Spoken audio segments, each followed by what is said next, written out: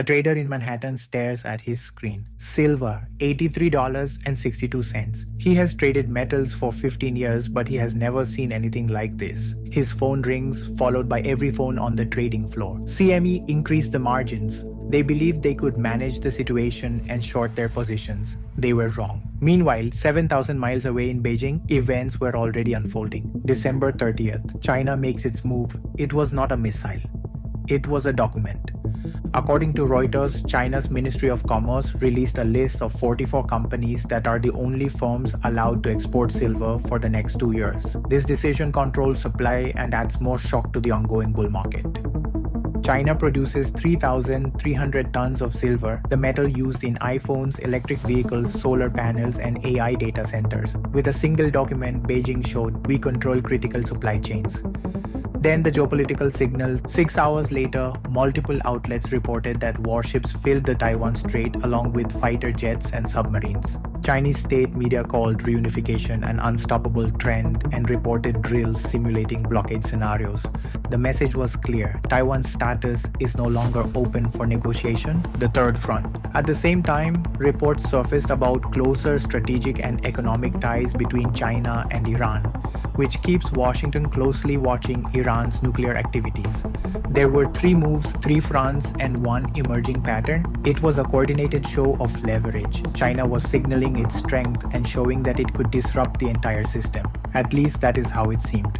December 31st, markets respond. Silver dropped sharply from its record high. Reuters reported that profit-taking drove the price into the low 70s, resulting in a loss of over 10% in just a few hours. Traders faced a wave of margin calls as the CME raised requirements again during the surge in volatility. This made leverage more expensive and forced weaker traders to reduce their risk, but something else happened behind the scenes. Then, the financial system's inner workings became clear. Banks used Fed liquidity tools heavily, tapping the standing Repo facility at unusually high levels as year-end funding stress increased. The bleeding stopped. China demonstrated control over physical supply.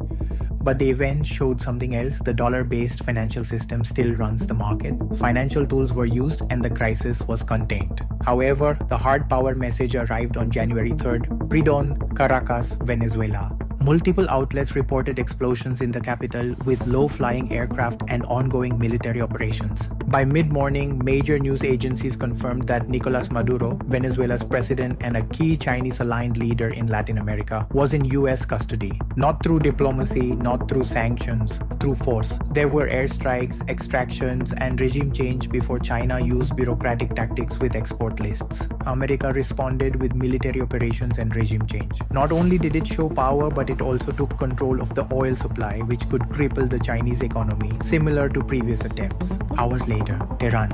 Iran's currency, already under pressure, hit new record lows on the open market. The rial reached levels not seen in years as confidence faded. New sanctions announced, just markets reacting to the wider power demonstration. Another country that supplies oil to China. Consider what just happened. China weaponized the supply chain through regulatory control. America responded by using the global financial system as a weapon and deploying military force to remove an allied government. The United States countered China's move in a dramatic way, beating them at their own game. The US government may need to manage its image in the media because of its aggressive actions, but in reality, it has protected both America and the world economy. China brought trade policy into a state, which is what makes the current moment dangerous. This isn't just one superpower outmaneuvering another. This shows that when things get serious, the rulebook everyone thought they were following no longer applies. China thought they were escalating through economic levers, export restrictions, supply chain pressure, strategic positioning.